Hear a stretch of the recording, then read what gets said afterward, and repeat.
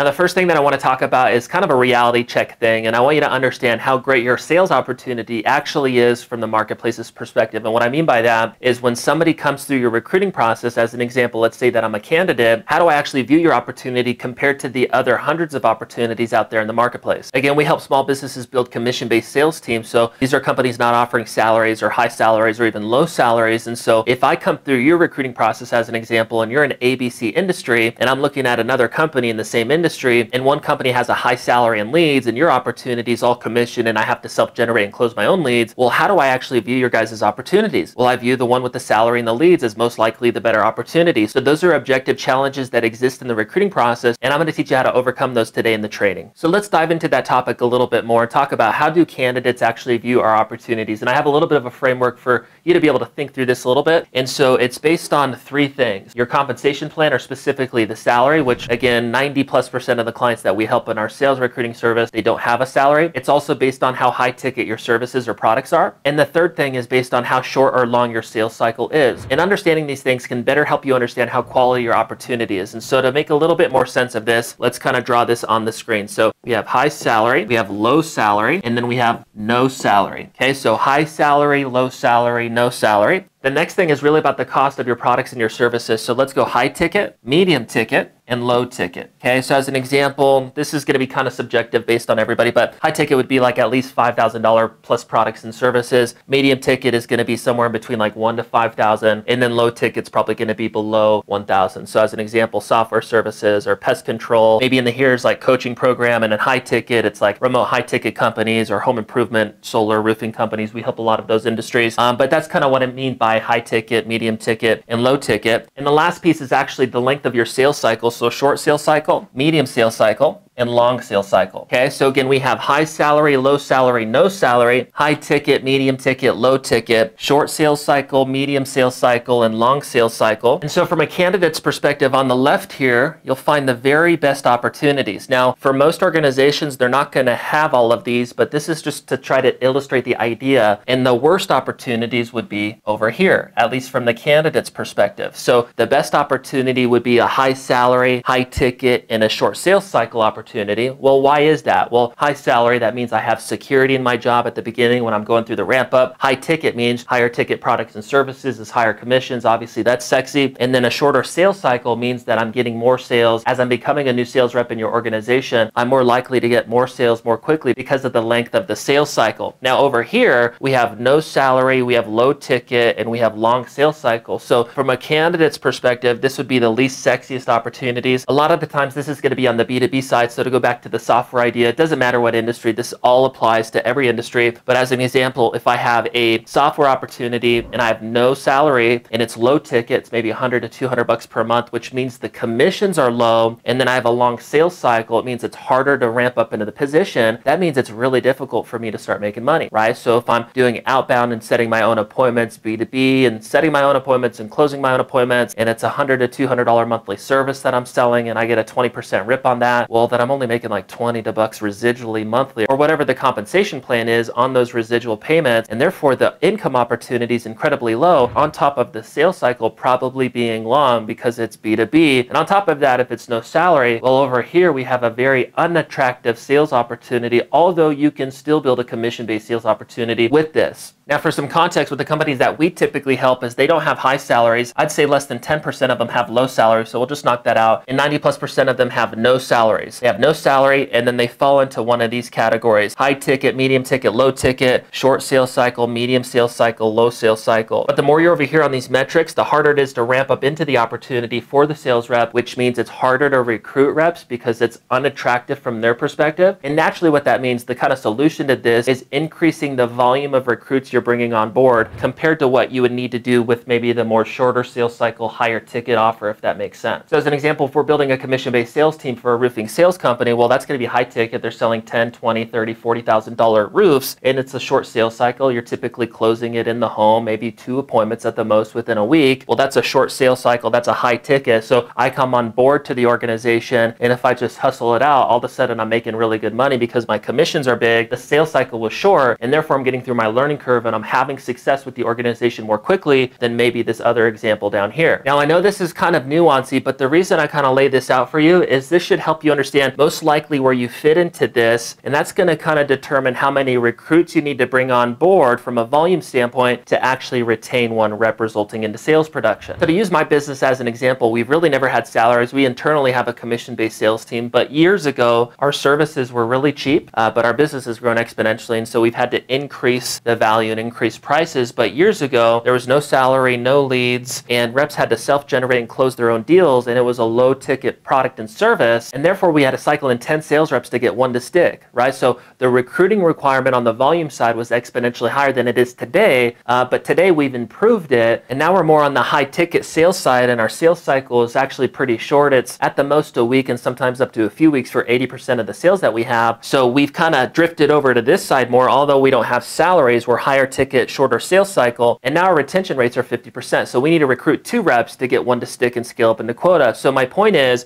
based on where you are on this map, we'll call it, is you probably need to recruit 2 reps at the very best, and at the most 10 sales reps to actually retain 1 sales rep, resulting into sales production. The very nature of your opportunity, where you kind of fall on this spectrum or this map, whatever you want to call it, determines how the candidates actually view your opportunities, and it actually determines how successful people are as they come on board to your business. So to go back to Sales Recruiting University as the example before, it was like a 60 to 90 day sales process because reps had to self-generate cold call, cold email, cold text, and self-generate interest and set their own appointments and close their own deals, and therefore it took 60 to 90 days to start getting success in the role. Well, what that meant in a commission-based sales opportunity is they were not making money for 60 to 90 days, and therefore we had to cycle in 10 reps to get one to stick. Now it did work, but it was exponentially more difficult than it is today, at least from a volume standpoint. Today, we have both setters and closers, we have some marketing going, reps get leads, the commission structure is better, the compensation structure is better, the sales cycle is shorter, and therefore the success is much more quickly. They're getting money in their pocket, and obviously because of that, our retention rates increase. Now there's a lot more that goes into retention, and that's really what you're going to learn in this entire course, like onboarding training, managing sales reps, how you structure your compensation and all that. But the nature of your opportunity, how the marketplace views it in terms of how quality is compared to other opportunities that they can get, as well as how your actual opportunity in real life, how difficult it is to ramp up into, these things affect your retention rates, and you need to understand that going into building a commission-based sales team. Now, if you're lost in this whole situation and you have no idea what your retention rates are, you can just kind of go off the averages that we see within our clients. Again, we have clients that retain 1 out of 2 and clients that retain 1 out of 10. The average is about 1 out of 5, so 20% retention rate, which means if I need 3 sales reps scaled up into quota to accomplish my company's goals, and I have a 20% retention rate, well, I need to recruit 15 sales reps to get to the point where I actually retain 3 sales reps, resulting into scaling into quota. Now, 80+% of our clients that we help are small businesses that don't have a sales leader in place, and so when they hear these things, they get very overwhelmed by the idea of onboarding volume. But throughout the rest of the course, specifically in the next module, I'm going to show you what it looks like to onboard volume and to make that whole process simple, because it's really onboard 5 at once and cycle out 4 pretty quickly, and you stick with the 1 producer. Now, you can't onboard that kind of volume if you have like a salary and leads, because you'll probably cap out your budget. But in terms of an all commission opportunity where you're not investing into training, pay, a salary, or leads, well, really your only investment is your time, and so the goal is to onboard as many people at once to get to those people that'll stick as quickly as possible. Also know that one of the things that we'll do in a later module is I'll walk you through how to create your growth plan, which is kind of helping you understand where you're at today, where you want to go, reverse engineering your team size so you know exactly how many reps and sales leaders that you need to accomplish your revenue goals. And this will really help you get an understanding of the volume of hires you need to bring on board to actually accomplish those goals. So what should your conclusion be from all of this stuff we've gone through thus far? It should be that, okay, I get it. When I'm building a sales team, especially when building a commission-based sales team, it requires volume to actually hit my goals. It's not hire 1 rep or 2 reps and they stick and everything works out perfectly and they scale up into quota and you're rich overnight. That's not the reality. You need to get great at recruiting volume, which is what we're going to talk about for the rest of the training. You need to get good at onboarding sales reps, managing sales reps, and ideally structure their compensation in a way where you can collapse the income timeline to them making money without you risking cash, which will be a really important training for you later.